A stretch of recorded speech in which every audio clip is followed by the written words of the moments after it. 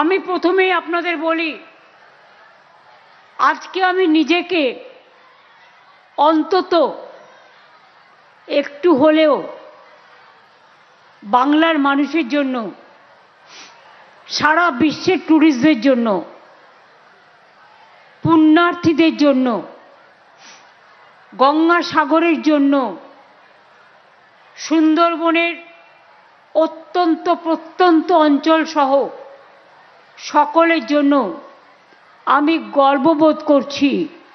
আমরা মুখে বলি না, আমরা কাজে করি। গঙ্গা সাগর সেতু, যেটা দীর্ঘদিনের এই মানুষের দাবি, এখানকার দীর্ঘদিনের মানুষের যন্ত্রণা, জল পেরিয়ে আসা, একদিকে বাঘ, অন্যদিকে কুমির, অন্যদিকে সাপ, অন্যদিকে জঙ্গল, অন্যদিকে লঞ্চ, অন্যদিকে নৌকা, অন্যদিকে মৎস্যজীবী, সব সাথে নিয়ে গঙ্গাসাগরের মানুষ। আপনারা আগেও দেখেছেন অনেকগুলো সেতু আমরা করেছি। বকখালি আগে পার হতে হতো গঙ্গা দিয়ে, এখন কিন্তু সেতু হয়ে গেছে, অনেক সেতু হয়ে গেছে। গঙ্গাসাগর সেতুর আজকে শিলান্যাস করে কাজের দায়িত্ব দিয়ে দেওয়া হলো এলএনটিকে। তারা টেন্ডার পেয়েছেন 1700 কোটি টাকা খরচ করে। রাজ্য সরকার এটা আপনাদের উপহার দিচ্ছেন, যাতে আগামী দিন গঙ্গাসাগর আর 2-3 বছরের মধ্যে এই সেতুটি তৈরি হয়ে যায়। অর্ডার দেয়া হয়ে গেছে।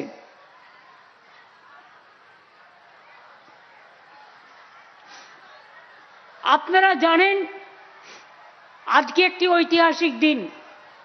ভিত্তিপ্রস্তর স্থাপন করা হলো গঙ্গাসাগর সেতুর। মুড়িগঙ্গা নদীতে কাকদ্বীপের লট 8 ও কচুবেড়িয়ার মধ্যে এই সেতু হচ্ছে। 5 কিলোমিটার লম্বা 4 লেনের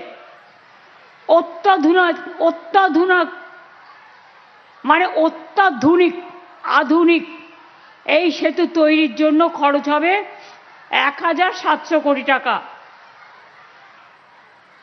আমি মনে করি সবাই আগে বলতাম আমরা সব সাগর বারবার, গঙ্গাসাগর একবার, আর এখন মানুষ বলেন সব সাগর একবার, গঙ্গাসাগর বারবার। ঠিক তো? জয় গঙ্গাসাগর, জয় বাংলা।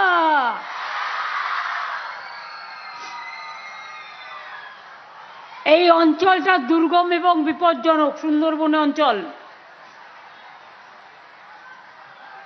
বাংলার মানুষ জানেন বঙ্কিমচন্দ্র চট্টোপাধ্যায় যখন কপালকুণ্ডলা লিখেছিলেন, নবকুমার পথ হারিয়েছিলেন এই সাগর সঙ্গমে এসে।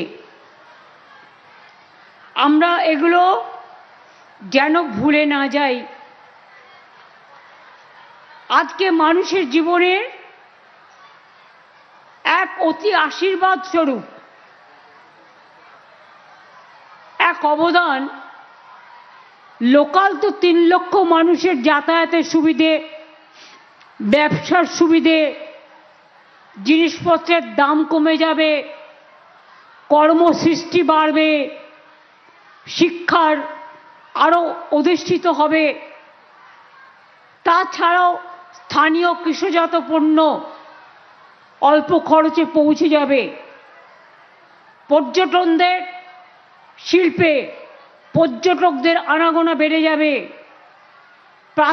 প্রাকৃতিক দুর্যোগ, দ্রুত ত্রাণ উদ্ধার কার্যে এই সেতু অনেক কাজ করবে। এর আগেও এই জেলায় 37টি গুরুত্বপূর্ণ ব্রিজ আর সেতু আমরা করেছি, মাঝারি ব্রিজ। কয়েকটা বলি মনে করিয়ে দেওয়ার জন্য। পাথর প্রতিমায় সপ্তমুখী সেতু, হাতানিয়া দোয়ানিয়া নদীর ওপর 226 কোটি টাকা ব্যয় সেতু, অসংখ্য ছোট ছোট ব্রিজও করা হয়েছে। আমাদের আগে গঙ্গাসাগরের পরিকাঠামো ছিল অত্যন্ত খারাপ।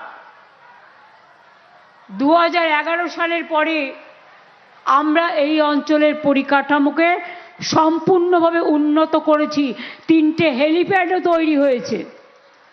আর আমি গঙ্গাসাগরের মেলা যাতে ভালোভাবে হয়, আমার 4-5 জন মন্ত্রী, আমার সমস্ত উচ্চপদস্থ অফিসার, আমার সমস্ত প্রয়োজনীয় এনজিওরা, তারা প্রত্যেকে থাকেন, 4-5 দিন ধরে মনিটরিং করেন। আমি নিজেও করি, আমাদের নবান্ন থেকেও চিফ সেক্রেটারি এবং অন্যান্য সেক্রেটারিরা দায়িত্বপূর্ণ সকলেই করেন। এবারেও আমাদের অনেকগুলো মিটিং হয়েছে। আমরা আগে থেকেই কাজটা শুরু করি, আর আমি নিজে চোখে একবার দেখতে আসি। তাছাড়াও আপনারা মনে রাখবেন, এই যারা বলে গেল না কয়েকদিন আগে, এত মিথ্যে কথা বলতে পারে, আমি ক্ষমা করে দিচ্ছি। তার কারণ মিথ্যেবাদীরা চিরকালই মিথ্যেবাদী হয়, জন্মে থেকেই মিথ্যেবাদী। যারা মিথ্যেবাদী লগ্নে জন্মগ্রহণ করে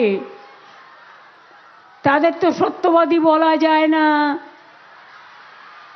মিথ্যাচার, দুরাচার, দুষ্টাচার, স্বৈরাচার, ব্যভিচার, অনাচার, অত্যাচার, এটাই ওদের কাজ। এই নিয়ে ওরা ভালো থাকুক। আমরা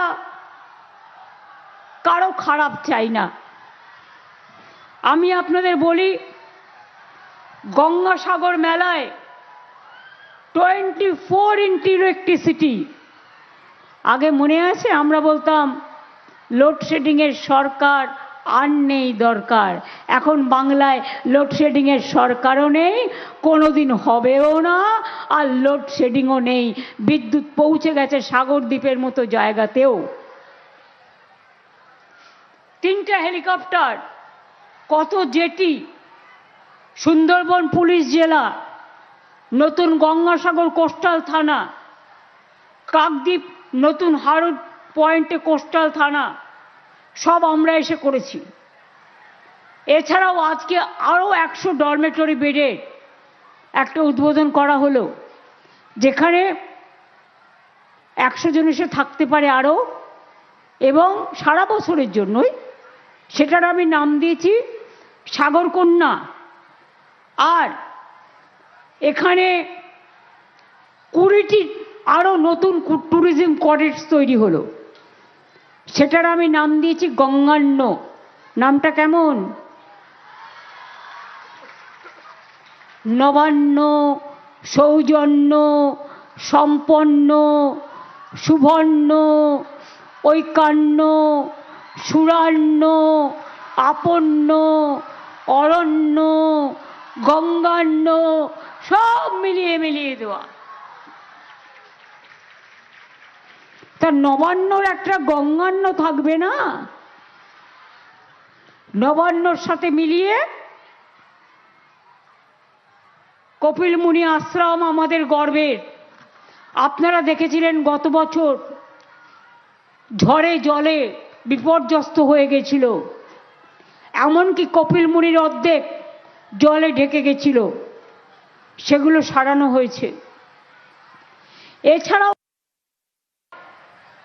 সব মিলিয়ে 2324 কোটি 30 লক্ষ টাকার প্রজেক্ট উদ্বোধন এবং শিলান্যাস করা হলো শুধু এই জেলার জন্য।